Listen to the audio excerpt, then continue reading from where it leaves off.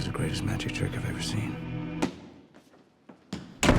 This is The Prestige, a period piece about dueling magicians, the artistry of illusion, and the price of greatness. It's also, secretly, Christopher Nolan's most personal film. It's the skeleton key to understanding his entire body of work, and yet it rarely gets brought up when dissecting his career. The answers to everything that made him tick were right in front of our faces this whole time. I apologize. There simply is too much magic for my stage at the Pantages across the street.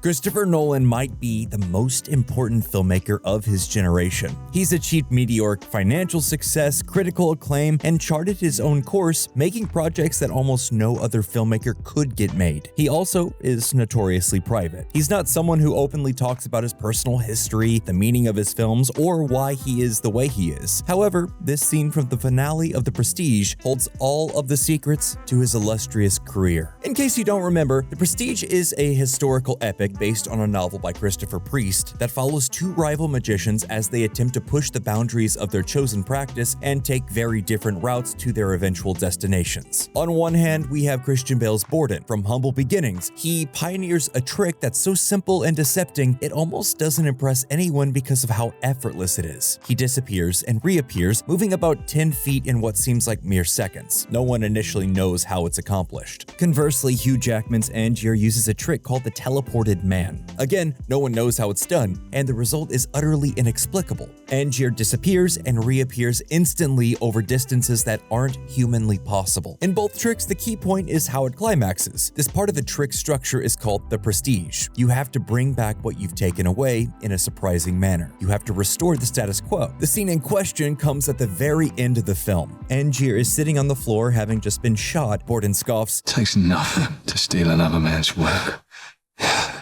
It takes everything. Is the film about dueling magicians literally? Yes, it is. But it's actually about the two halves of Christopher Nolan's soul battling for which one of them will win out on how they will run their career. This idea of absolute dedication to a craft runs through the entirety of the movie, and it's obvious that's the thing Nolan is preoccupied with here. He started making movies as an independent filmmaker with a low-budget indie Following, then quickly leveled up to Memento, which received widespread critical acclaim, and from there, he had a choice to make. Which direction was he going to take his career? Was he going to be an uncompromising art house auteur, or was he going to try and make large-scale Hollywood films? Well, he opted to direct Insomnia, a remake he didn't write, that starred Al Pacino and Robin Williams. You can say he was making deliberate decisions about his career. He was attempting to get to the next level. He wasn't making choices that were necessarily his absolute primal urge as an artist. In this final scene, Angier and Borden are obviously discussing the core theme of the movie. How far would you go for your work?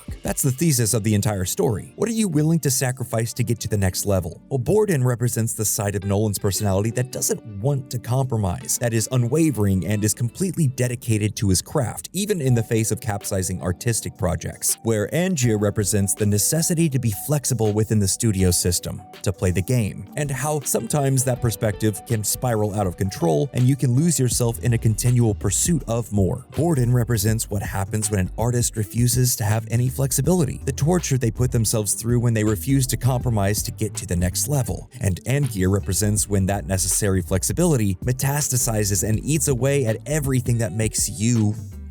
We see this idea represented metaphorically in the visualization of Angier's initial test of the teleporting man. Angier turns on the machine, another version of himself materializes across the room, and he instinctively picks up a nearby weapon and ends his former self. He's killing a previous version of himself in pursuit of greatness. After Insomnia's box office success, Nolan found himself at another crossroads. He had a bona fide hit under his belt. Insomnia was produced on a budget of $46 million and pulled in $114 million at the box office. He had a little capital to spend, but was this the moment? Should he make an indie movie that he could write and direct and control everything on? Or should he push deeper into the studio system? Well, we all know the answer to this question. Warner selected him to take over the reboot of the long-dormant Batman franchise. His first entry, Batman Begins, was co-written with David Goyer and his brother Jonathan Nolan. The film was heralded as a huge step forward for the emerging superhero genre. Obviously, we all know that Begins was a cultural juggernaut and its sequel, Dark Knight, is arguably still Nolan's defining work, but these studio successes allowed Nolan to return to making original films like Interstellar and Inception, as well as high-profile adaptations like Oppenheimer and The Odyssey. At the end of the day, the key reason why The Prestige is such a fantastic film is because Nolan isn't impugning either of these characters. He's both of them,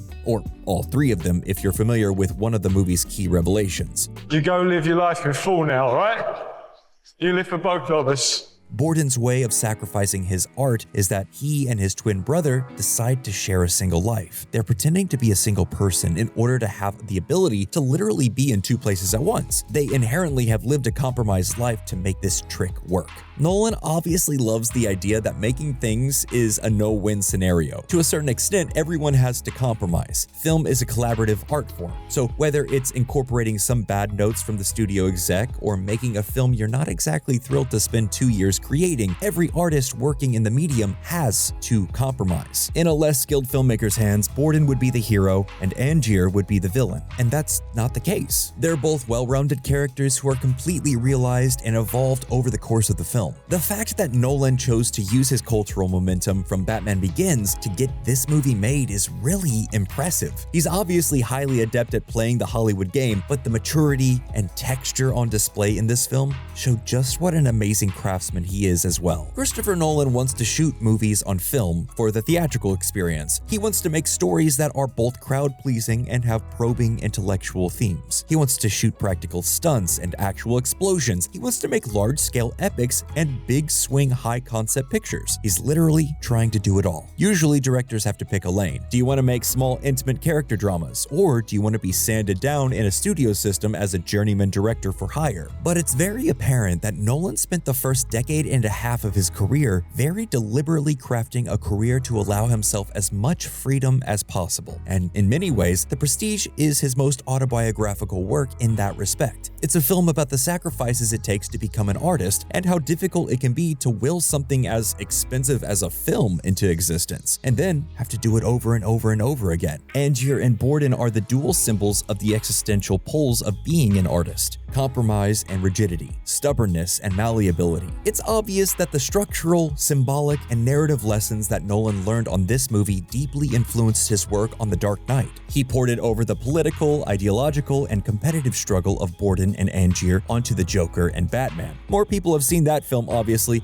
but The Prestige is more important to understanding Nolan, to really unpacking and understanding what makes him tick. He's a formalist, someone who's obsessed with craft. He's compelled to make films that utilize the endemic structures of film to their maximum potential. And naturally, as a cerebral filmmaker, he approached crafting his career the same way. Much like Angier, Nolan's dedication to this mission of making movies is both admirable and frightening. The way he depicts the manic dedication of Angier to his task of cloning himself, even though he wouldn't know if he was the man on the stage or in the box, feels deeply personal. You can tell Nolan has sacrificed to get where he's gotten. And even if those stories aren't public, they're carved into the work.